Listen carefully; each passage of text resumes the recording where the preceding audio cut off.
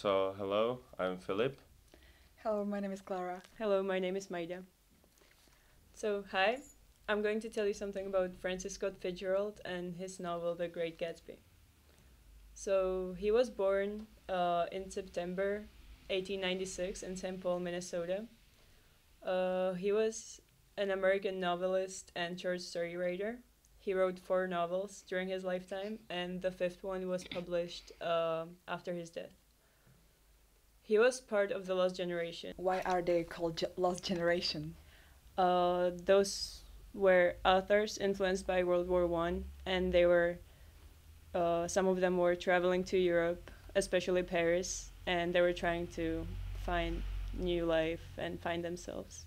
Okay. So he studied at Princeton University, and he finished it with no degree. He became an alcoholic there, and he was one until his death. It had a big impact on his life too. He received very limited success during his lifetime, but now he's widely regarded. He studied at Princeton University, but he finished it with no degree, and he became an alcoholic there, and that had a great impact on his entire life. He received very limited success during his lifetime, but now he's widely regarded and considered one of the greatest authors of the 20th century. He had a wife. Her name was Zelda Sawyer, and they met at a country club in Montgomery, Alabama, when he was commissioned as a second lieutenant to the infantry. He wanted to marry her, but he didn't have enough money, so he moved to New York and found a job in an advertising agency to convince Zelda to marry him. She accepted his marriage proposal, but it still wasn't enough, so he had to move back to Minnesota to his parents' house, and that's where he wrote a novel which made him famous, and that's how he made a lot of money, so he could finally marry Zelda. They had a child, but their marriage wasn't very happy because both of them had mental problems, and his alcoholism didn't help anything. Also, he's been through 3 heart attacks, and then he died in December 1940 in Hollywood, California, at the age of 44, so he died very young. Okay. Now I'm going to tell you something about The Great Gatsby. It is one of his most popular novels.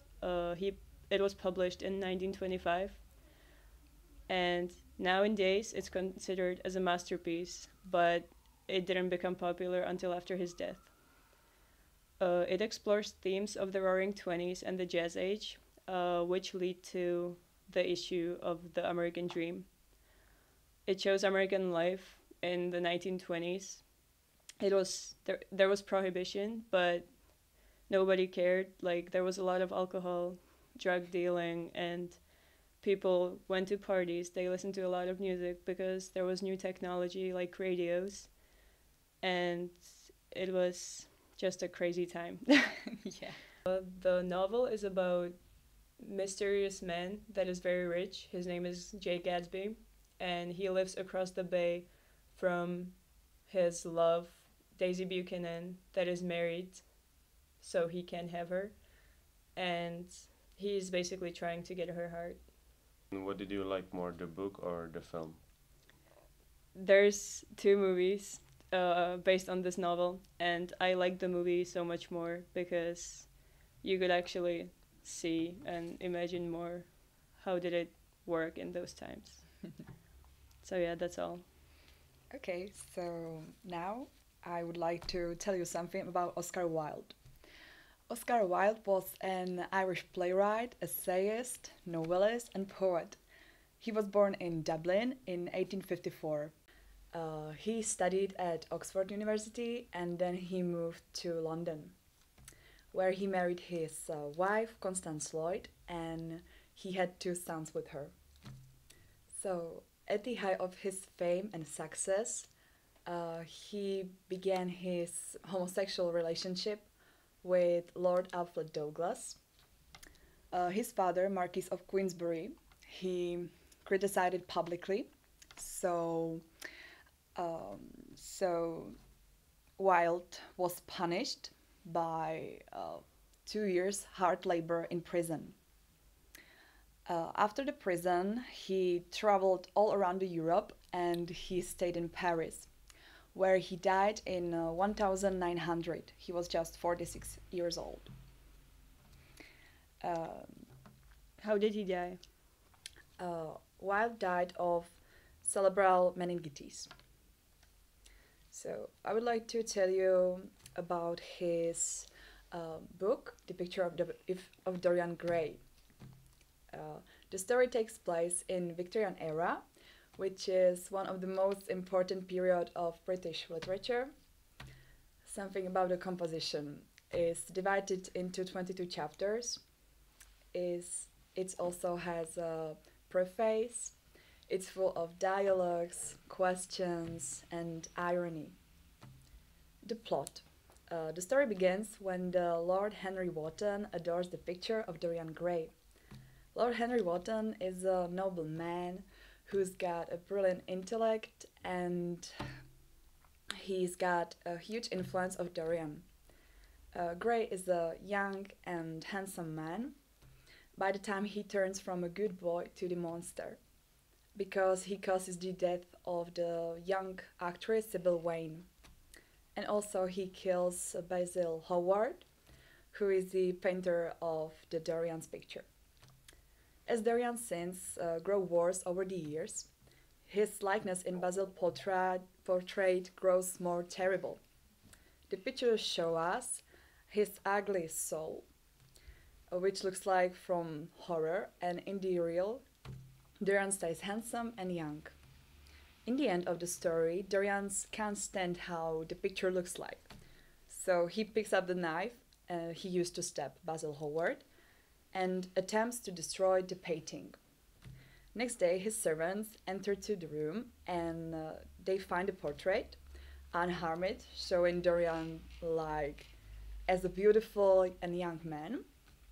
And on the floor lies the body of their master, an old man, horribly wrinkled and disfigured, with a knife plunged into his heart. Okay, and can you name some other books? Sure. Well, So, for example, like The Importance of Being Earnest is a play. Also, An Ideal Husband. Also, his fairy tales. One of them is The Happy Prince and Other Stories. And also De Profundis, which he wrote when he was in prison. That's all. so I'm going to tell you something about William Shakespeare. He was born in Stratford-upon-Avon in 1564 as the third child of Mary and John Shakespeare. His surviving works consist of about 38 plays, 154 sonnets, and 2 long poems. At the age of 18, he married the 26-year-old woman Annie Hathaway, who bore him 3 children, Susan and twins Hamnet and Judith, and son Hamnet died of unknown causes at the age of 11. He left his family and traveled to London to become a playwright. In London, he started a very successful career as an actor and writer. He was also part owner of the playing company the Lord Chambers Men. The company built their own open-air theatre on the south bank of the River Thames called the Globe. Oh, and have you ever been in Globe? Yes, I have. I was there 2 years ago with my school when I was studying in London. And we had a tour guide and he showed us all theatre and I liked it a lot. That's interesting. So going to the theatre became very popular in 16th. Even Queen Elizabeth I admired Shakespeare a lot. And when Shakespeare retired and moved back to Stratford, he was very popular and very rich. And he died in 1616 in Stratford-upon-Avon. Shakespeare influenced a lot of great novelists such as Thomas Hardy or Charles Dickens. Even psychologist Sigmund Freud drew on his psychology. Now I'm going to tell you something about Romeo and Juliet. The story is about two families, Capulets and Montagues, and about two young people, Romeo and Juliet. Juliet is just 14 years old, and Romeo is 15 or 16, no one knows.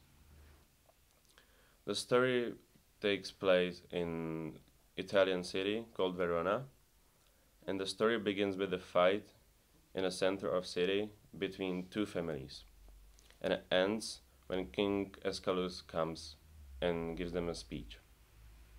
Everyone is talking about the ball, where should be announced a wedding with Juliet and Prince Paris. Even Romeo knows it, and he decides to go there with his friends. But they have to wear a mask because no one has to know that they are from other family. Actually, the ball is the place where Romeo and Juliet met each other for the first time.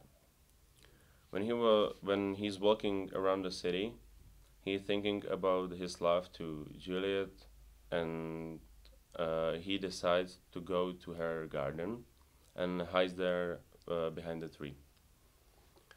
He sees Juliet walking on a balcony, and she's also thinking about her love to Romeo and how hard it is to love him, and that there is a problem between their families. They are talking to each other about their love and that they want to marry. So next day they go to their best friend and he helps them to marry. No one knows that they are in marriage, and next day there was a fight between Tybalt, who is a cousin of Juliet, and Mercutio, who is the best friend of Romeo. And Tybalt killed Mercutio. Romeo saw it all and called Tybalt for a fight. Romeo kills Tybalt, and there is a rule that if anyone kills somebody from another family, you have to leave a city. So Romeo left the city. Juliet was very sad and she was crying because she lost Romeo, but there was a rule, he left. Next day there should be a wedding of Juliet and Prince Paris, but she didn't want to marry him because she loves Romeo. So she asks for help, and her best friend, who helped them to marry with Romeo, offers her a drink, a poison drink, which put her in coma for 1 day. So she accepted.